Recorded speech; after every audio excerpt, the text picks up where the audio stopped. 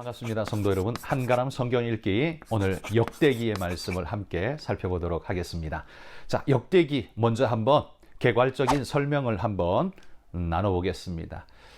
이 역대기서는 누가 썼는가? 유대 전통에 의하면 이 역대기는 에스라가 쓴 책이다라고 유대인들은 그렇게 확신합니다. 또 그럴 법한 것이요, 이 역대기 말씀의 맨 마지막 구절인 역대하 36장 22절과 23절을 보시면 바로 그 다음 책인 에스라가 쓴 에스라 1장 1절에서 3절 말씀과 똑같이 중첩되는 걸 볼 수 있습니다. 그러니까 끄트머리 책의 마지막과 첫머리 책의 첫 부분을 똑같이 함으로써 이 책이 이어지는 같은 저자의 같은 책이라는 것을 보여주는 그런 기법을 사용하고 있는 것 같습니다. 그래서 유대 전통이 말하는 이 역대기는 에스라가 썼을 것이다 라는 말을 우리도 이해하고 인정하며 에스라의 작품일 것이라고 이야기합니다. 그리고 이 포로기 시대에 에스라가 성경에 보면 학사 에스라, 율법에 정통한 학사 에스라라고 이야기하죠. 그만큼 율법에 대해서 그 당시에 정통하게 읽고 해석하고 암기하고 이해를 가지고 있는 사람은 아주 드물었습니다. 왜? 포로기였으니까요. 자료도 없을 뿐만 아니라 포로기였기 때문에 그런 위치에 있지 않으면 그런 연구를 할 수가 없죠. 그런데 에스라는 그럴 위치와 또 그런 열정의 사람이었다고 성경이 말해주죠.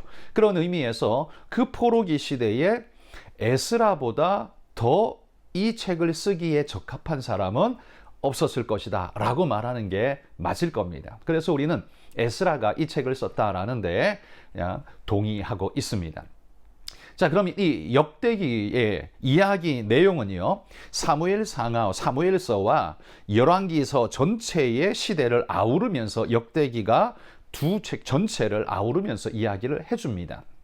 근데 이 열왕기 이야기와 역대기 이야기, 먼저 이 열왕기가 우리가 상하로 되어 있지만 한 권이라고 이야기를 하지 않았습니까? 역대기도 마찬가지입니다. 히브리어 성경 원래 원본에는 역대기도 한 권으로 되어 있습니다. 그런데 그거 70인역 번역자들이 번역하면서 열왕기서처럼 역대기도 길기 때문에 두 권으로 나누어서 상하로 번역했기에 지금 우리에게는 역대상, 역대하 이렇게 이야기되어지죠. 그러나 원래는 한 책이었다는 거. 그 다음에 70인경에서 이 역대기의 이름이, 책 이름이 뭐였냐면 빠진 것들이었다고 합니다. 빠진 것들. 뭐가 빠졌다는 소리일까요? 그건 바로 사무엘서와 열왕기서의 같은 시대를 이야기하는데 그들의 이야기에서 빠진 부분을 보충하는 의미로 역대기가 쓰인다라고 이해를 한 것 같습니다. 그래서 빠진 것들이라고 이름하지만 사실은 역대기는 빠진 것 보충해주는 정도의 그런 보조적 의미가 아니라 역대기는 열왕기하고는 완전히 다른 관점에서 성경을 이해하고 해석해주고 있다는 측면에서 완전히 다른 책이다라고 말할 수 있습니다. 같은 시대, 같은 사건을 이야기하는데 다른 관점에서 우리에게 그 차이를 이야기해주고 있다는 거죠. 그 차이점이 뭘까요? 바로 그 부분을 우리가 오늘부터 역대기를 읽어가면서 그 부분을 주목하여 보실 수 있기를 바랍니다. 자, 그러면 우리가 역대기를 이제 읽을 터인데 이 역대기에 우리가 주목해야 할 핵심 메시지는 뭐가 있을까요? 네 가지에 한번 주목해 보시기를 바랍니다. 첫 번째는 열왕기서와 역대기서는 같은 역사의 시대를 이야기하는데 차이가 매우 크다라는 것이 이 첫 번째 특징입니다. 열왕기서의 특징은 보면 왕들의 이야기인데 왕들의 전쟁사가 주되게 이야기를 끌어가고 있습니다. 그러니까 왕들 사건을 기록한 것이 열왕기라면 역대기는 포커스가 다윗의 언약과 성전을 주목하여 보면서 그 사건을 해석해 주는 것이 역대기입니다. 그러니까 해석의 관점이 다르다는 거죠. 어떻게 다를까요? 자, 도표를 보시면 이렇게 열왕기와 역대기를 한눈에 비교해 볼 수 있는 그림을 이렇게 한번 그려봅니다. 자, 열왕기, 역대기 대상은 누구를 향해 썼을까요? 열왕기는 이스라엘과 유다 전체를 이야기합니다. 그러니까 남유다의 왕 이야기만 하는 게 아니라 북이스라엘 왕들 이야기도 해요. 그런데 역대기에서는 북이스라엘 왕들은 전혀 언급을 하지 않습니다. 남유다의 왕들만 이야기합니다. 이유가 뭘까요? 그건 북이스라엘은 예루살렘 성전에서 떠나가 버린 그래서 하나님과 관계없는 존재들처럼 이해되기 때문에 그들을 아주 끊어내고 그들의 역사가 아닌 예루살렘 중심의 성전 중심의 역사는 오직 유다밖에 없다. 그렇게 해서 유다만 이야기하고 있다는 거예요. 그리고 역사관, 열왕기는 정치 군사적인 중심으로 이 역사관을 펼쳐간다면 역대기는 신앙 중심의 역사관으로 이걸 보면서 하나님 중심적 이해와 해석을 더하고 있는 걸 봅니다. 물론 열왕기도 하나님 중심적이긴 합니다만 역대기가 훨씬 더 그런 특징이 강하게 배어 있다는 거죠. 그리고 관심사는 열왕기는 전쟁사의 이야기가 좀 더 자세하게 집중적으로 그려져 있지만 역대기는 그 전쟁마저도 성전 중심의 믿음 중심의 신앙 중심의 이야기로 해석하고 있는 것이 역대기입니다. 기록의 기준은 열왕기는 보면 왕권의 운명, 그러니까 왕이 몇 살에 왕이 되고 몇 살에 죽었더라 하면서 왕권이 이어져 가는 것들에 대한 기록 중심으로 쓰여져 있다면 역대기는 다윗의 계보를 이어가고 있는, 그래서 다윗의 언약과 다윗의 계보라는 걸 굉장히 중시하면서 갑니다. 왜냐하면 하나님의 약속이 다윗과 맺은 다윗 언약이 아브라함 언약, 그 위에 노아의 언약과 연계성 속에서 계속적으로 하나님이 약속해준 약속의 백성들이라는 사실, 그것이 다윗의 계보를 따라 흐른다는 것을 강조하고 있는 게 역대기이기 때문입니다. 자, 그 기록의 기술 어조를 보면 열왕기는 죄를 지적하고 책망하는 중심적인 모습들이 많이 기록되어 있죠. 그런데 역대기는 격려와 소망의 이야기, 똑같은 역사인데 격려와 소망의 이야기를 담고 있습니다. 왜일까요? 역대기가 기록된 것은 이스라엘 백성들이 포로로 끌려가고 난 다음에 왜 망했는지에 대한 해답을 주는 것이 열왕기 이야기라고 했습니다. 그 다음에 그들 중에서 바벨론 포로에서 다시 돌이켜 예루살렘으로 귀환하여 돌아간 사람들에게 쓴 책이 바로 이 역대기서입니다. 그러니까 아무것도 없는 막막한 그들에게 죄를 지적하고 절망만 던져 넣으면 되겠습니까? 아니죠. 말씀의 소망, 격려를 담아서 할 수 있고 하나님이 우리와 함께 하신다는 것을 강하게 우리에게 말해주는 것이 중요했습니다. 그래서 역대기는 바로 그렇게 돌아간 백성들, 자기 땅으로 고토로 돌아가 하나님의 약속 붙잡고 몸부림하며 살아가려고 하는 사람들을 위해 기록되었기 때문에 격려와 소망이 포인트 되어져 있다는 겁니다. 그래서 분위기, 책 전체의 분위기를 보면 열왕기는 굉장히 비관적입니다. 그리고 현실적입니다. 그러나 역대기는 낙관적이고 좀 더 이상적입니다. 아직 현실은 그렇지 않지만 하나님의 약속이 우리에게 주어져 있고 우리는 그럴 것이다 라는 미래의 소망을 이야기하고 있는 게 역대기란 말이죠. 그런 의미에서 소망적인 내용이 역대기에는 같은 역사이지만 다른 해석으로 우리에게 주어진다. 이것이 역대기를 읽는 첫 번째 포인트, 열왕기와 역대기는 다른 포인트를 가지고 있다는 걸 우리가 유념하면서 읽으시면 좋겠습니다. 두 번째 역대기의 핵심 메시지 포인트는 바로 성전입니다. 역대기의 중심은 성전입니다. 왕이 아닙니다. 성전이에요.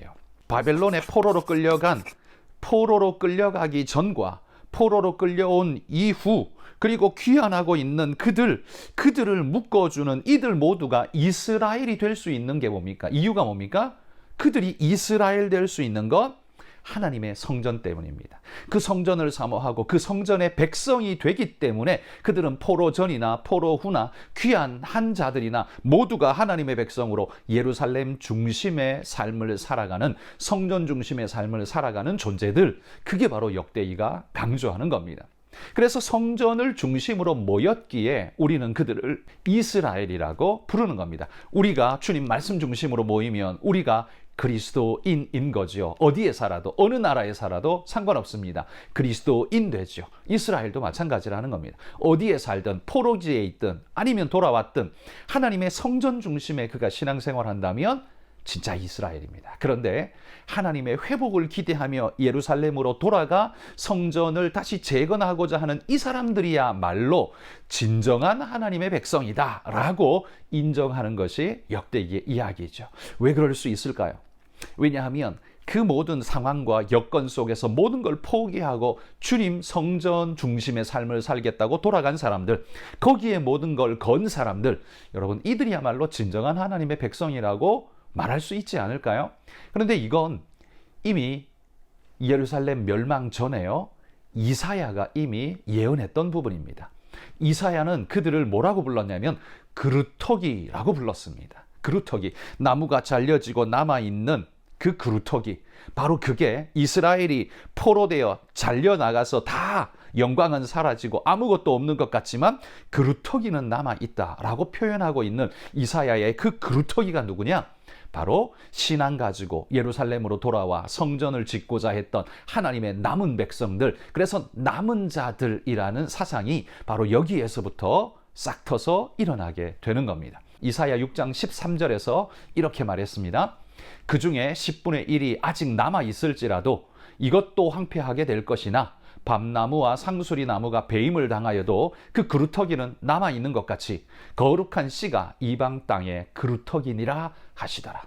이방 땅의 그루터기, 그들이 누굴까요? 포로에 돌아와 예루살렘 성전을 회복하고 하나님 중심의 신앙을 다시 회복하고자 꿈꾸는 남아있는 자들, 그들을 그루터기라고 부르죠. 그리고 그들을 거룩한 씨라고 부르고 있다는 겁니다. 그래서 거룩한 씨는 곧 남은 자들이고 그들은 예루살렘에 돌아와 성전을 회복하는 하나님의 회복의 백성들이라고 이야기를 해주고 있는 거죠. 그래서 이스라엘의 핵심은요, 역대기가 말하는 이스라엘의 핵심은 왕이 아닙니다. 왕정은 왕이 언제나 중심이지만 역대기가 바라보는 이스라엘은 왕이 중심이 아닙니다. 하나님이 진정한 왕, 하나님 중심이고, 그리고 가시적인 하나님의 상징이라 할 수 있는 성전, 그래서 그 성전 중심의 신앙이, 역사가 이게 바로 역대기의 이야기다라는 사실, 그런 눈으로 성경을 다시 한번 보시기 바랍니다. 자, 역대기의 핵심 메시지 세 번째는 율법과 선지자를 강조하고 있습니다. 이스라엘 공동체의 안전은 왕이 존재하고 그가 백성을 지켜줌으로 이스라엘 공동체가 안전하냐? 아니라는 겁니다. 역대기의 중심은 왕이 우리를 보호하고 지키는 게 아니라 율법과 선지자들의 말에 순종하느냐 아니냐에 달려 있다는 거예요. 왕은 있어도, 아합 같은 왕 보십시오. 왕은 있어도 율법과 선지자의 말에 순종치 않을 때 어떻게 해요? 다 깡그리 무너지고 결국 멸망당하지 않습니까? 왕의 존재가 우리를 지키는 게 아니라 하나님 말씀과 선지자들의 그 입으로 선포되는 하나님 말씀이 우리를 지킨다는 것이, 그게 바로 역대기가 강조하고 있는 메시지라는 말입니다. 역대기는 말씀에 충실한 다윗, 아사, 여호사밧, 히스기야, 요시야 같은 이런 이들을 집중적으로 우리에게 소개해 줍니다. 왜? 이들이야말로 말씀을 지켜간 사람들이거든요. 그런데 말씀을 존중하는 그들은 하나님이 존중해 주셨지만, 그러나 불성실한 자들은 어떻게 됩니까? 패가망신하게 된다는 걸 분명히 역사 속에서 보여주고 있습니다. 그래서 역대하 20장 20절에 보면 이런 말씀합니다. 이에 백성들이 아침에 일찍이 일어나서 드고와 들로 나가니라. 나갈 때에 여호사밧이 서서 이르되 유다와 예루살렘 주민들아, 내 말을 들을지어다.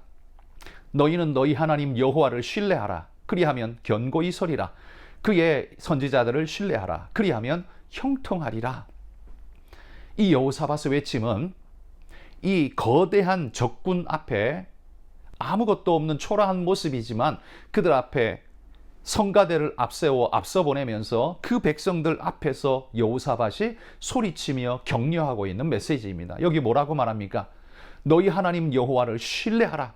그의 선지자를 신뢰하라. 그리하면 형통하리라. 이게 바로 역대기의 전체 메시지인 겁니다. 왜 이스라엘이 유다가 멸망했습니까? 여호와를 신뢰하지 않고 그 말씀을 신뢰하지 않았기 때문입니다. 그들이 신뢰했다면 형통했을 텐데 그렇지 못해서 포로되고 무너졌다는 겁니다. 지금 이 순간 너희가 신뢰한다면 다시 예루살렘을 회복하고 일어나 성전을 짓고 다시 하나님의 영광의 역사를 우리는 회복할 수 있을 것이라는 메시지가 역대기의 메시지인데, 여호사밧이 지금 그 입으로 이것을 선포하고 있다는 거지요. 역대기의 내용과 여호사밧의 메시지가 일맥상통한 것을 보게 됩니다. 마지막 역대기의 핵심 메시지 네 번째는요, 회복과 소망을 이야기합니다. 역대기가 쓰여진 배경은 앞에서도 제가 간단히 말씀드렸지만 이미 유다라는 나라는 멸망해버렸습니다. 포로로 다 끌려왔습니다. 유다 고토에 남아있는 건 황폐함과 아주 극소수의 사람들, 그리고 이민족들이 거기 들어와서 살고 있는 그런 뒤섞인 존재들, 짐승떼들이 돌아다니는 무서운 땅, 그런 땅이 되어버렸습니다. 그런데 페르시아 왕 고레스가 유다인들은 유다 땅에 돌아가도 좋고 성전을 지어도 좋다, 지어라 라고 후원까지 해줬습니다. 그래서 그들이 돌아가서 성전을 짓고 회복하려고 몸부림하는 그 단계, 그때가 바로 역대기가 쓰여진 배경이라는 겁니다. 그러니 여러분 생각해 보십시오. 돌아간 사람들은 믿음을 가지고 열정을 가지고 돌아갔는데 그 현실은 어떻습니까?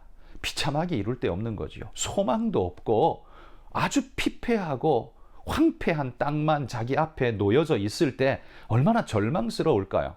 내가 이거 잘못 선택한 거 아니야? 이런 생각이 아마 절실히 들었을 겁니다. 그래서 그들의 마음속에는 이런 질문이 들겠죠. 우리는 일어날 수 있을 것인가? 우리에게는 소망이 있는가? 여기에서 우리는 무엇을 할 수 있는가? 라는 절망적 질문이 그들에게 충분히 그들 마음을 사로잡았을 겁니다. 그러나 역대기는 우리에게 이렇게 강조해 줍니다. 하나님의 약속이 너희와 함께 하신다. 하나님이 반드시 너희와 함께 하신다고 약속해 주셨다. 그러니 우리에게는 바로 그런 소망이 있다. 절망하지 마라. 우리의 내일은 밝을 것이다. 이것을 강조해 주고 있는 것이 역대기서입니다. 그래서 희망의 이야기를 하고 말씀에 순종하면, 여호와를 신뢰하고 그 선지자의 말에 신뢰하면 형통하리라. 그 말씀 그대로 믿으라 라는 거죠. 그리고 또 하나, 역대하 7장 14절에는 이렇게 말했습니다. 내 이름으로 일컫는 내 백성이 그들의 악한 길에서 떠나 스스로 낮추고 기도하여 내 얼굴을 찾으면 내가 하늘에서 듣고 그들의 죄를 사하고 그들의 땅을 고칠지라.